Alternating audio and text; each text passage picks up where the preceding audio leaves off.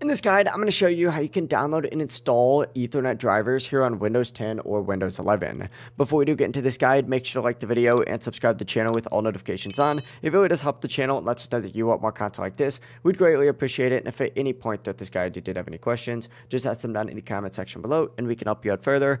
I'm going to be doing my best to reply to every single comment down there. Now, obviously, you need to have the correct Ethernet driver installed because it's super important for obviously stable wired Ethernet connection or internet connection. Without it, your computer might not even detect your network cable or your connection may be slow and unreliable.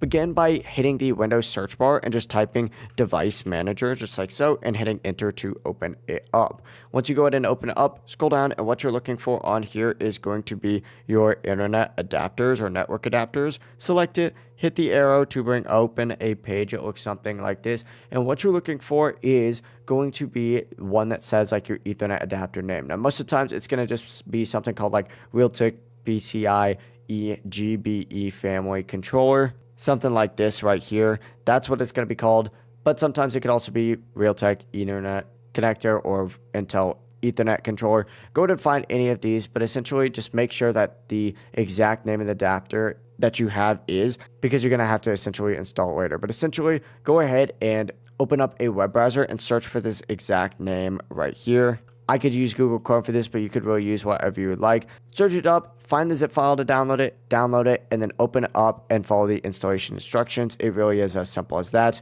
From here, you just need to back out and go ahead and open up your Windows screen. Select the little power button and hit restart, and it'll restart your PC. If you guys did have any questions, just toss them down in the comment section below and we can help you out further. I'm going to be doing my best to reply to every single comment down there. Before you do leave this guide, make sure to like the video and subscribe to the channel with all notifications on. It really does help us out. Lets us know that you want more content. We'd greatly appreciate it. Have a great rest of your day though. Peace.